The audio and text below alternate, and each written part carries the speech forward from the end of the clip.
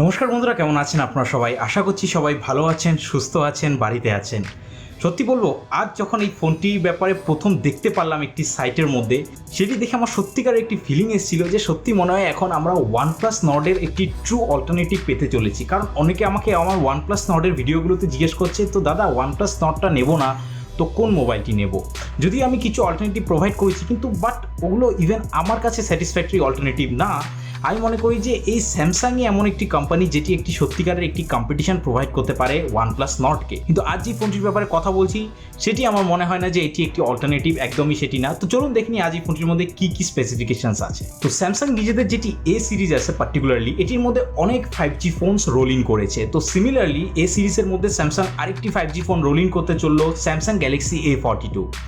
এটি লিস্টটা আমাদের কাছে আসলো যখন এই ফোনটি গিগবেঞ্চে লিস্ট হলো, কোরিয়ান সার্টিফিকেশন সেফটি ওয়েবসাইট 3C-তে লিস্ট হলো। আর এই সবগুলো লিস্টিং আর সার্টিফিকেশনগুলো থেকে আমরা ফোনটির ব্যাপারে কিছু ক্রুশিয়াল ইন্টেল আর স্পেসিফিকেশনস জানতে পারি। প্রথমত যদি গিগবেঞ্চের লিস্টিংটা দিয়ে শুরু করি, তো এখানে ফোনটি 700 কিছু স্কোর করেছে সিঙ্গেল কোর টেস্টিংয়ে, আর 1800 মতন স্কোর করেছে মাল্টি কোর টেস্টিংয়ে। ফোনটির মধ্যে থাকতে চলেছে স্ন্যাপড্রাগন 690 5G চিপসেট।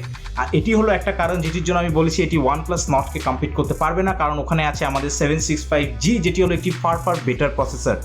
তার সাথে সাথে ফোনটির মধ্যে বলা হচ্ছে যেগুলো সার্টিফিকেশন, আপনাদের যেটি কোরিয়ার যেটি সেফটি সার্টিফিকেশন সেই ওয়েবসাইটার থেকে পাওয়া গেছে যে ফোনটির মধ্যে একটি ম্যাসিভ 5000 mAh এর একটি ব্যাটারি থাকবে, আর থাকবে হলো একটি ফাস্ট চার্জার। যদিও জানা যায়নি কত ওয়াটের ফাস্ট চার্জার দেবে, মোস্ট প্রবাবলি 18 ওয়াট বা 25 ওয়াটের একটি ফাস্ট চার্জার আশা করতে পারেন আপনারা। ফোনটি Adreno 619 এর GPU এর সাথে লঞ্চ হবে। তো ওভারঅল বলতে গেলে ফোনটির মধ্যে আমার মনে হয় যে দুটো ভ্যারিয়েন্ট থাকবে, একটি 4GB 128GB আপনাদের 5G ভ্যারিয়েন্ট থাকতে পারে, আর আরেকটি নন 5G ভ্যারিয়েন্টও আপনাদের দেখা দিতে পারে ফোনটির মধ্যে ক্যামেরার সাইডে বলতে গেলে যেটি ট্রেডিশনাল M40-তে যেগুলো ক্যামেরা মেনশন করে দেওয়া হয়েছে এই প্রাইস রেঞ্জের মধ্যে, M40 যেগুলো ক্যামেরা স্পেসিফিকেশনস, আমার পার্সোনালি মনে হচ্ছে স্যামসাং সেটাই কপি পেস্ট করবে। আর এই ফোনটি আমার কিছু মনে হয় না জাস্ট একটি 5G অ্যাড অন ছাড়া এই ফোনটির মধ্যে কিছু স্পেশাল আছে, অ্যাটলিস্ট আমার পার্টিকুলারলি সেই জিনিসটি মনে হয়নি।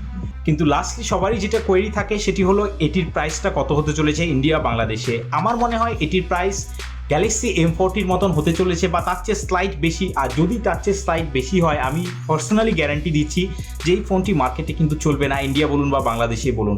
গ্যালাক্সি M40 এখন ইন্ডিয়াতে অ্যাট প্রেজেন্ট আপনাদের 18-19 হাজার টাকায় অ্যাভেলেবেল আছে।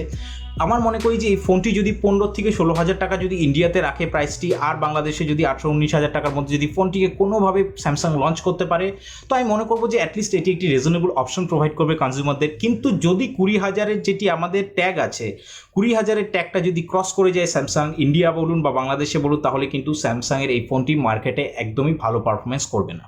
এই ছিল কিছু আমার পার্সোনাল ওপিনিয়ন এই ফোনটির ব্যাপারে। আপনাদের কি পার্সোনাল ওপিনিয়ন আপনারা আমাকে কমেন্টে জানান। আর তাছাড়া আমাদের সাথে এভাবেই থাকতে আমাদের চ্যানেলটিকে সাবস্ক্রাইব করুন, আর সাপোর্ট করার জন্য অনেক অনেক ধন্যবাদ।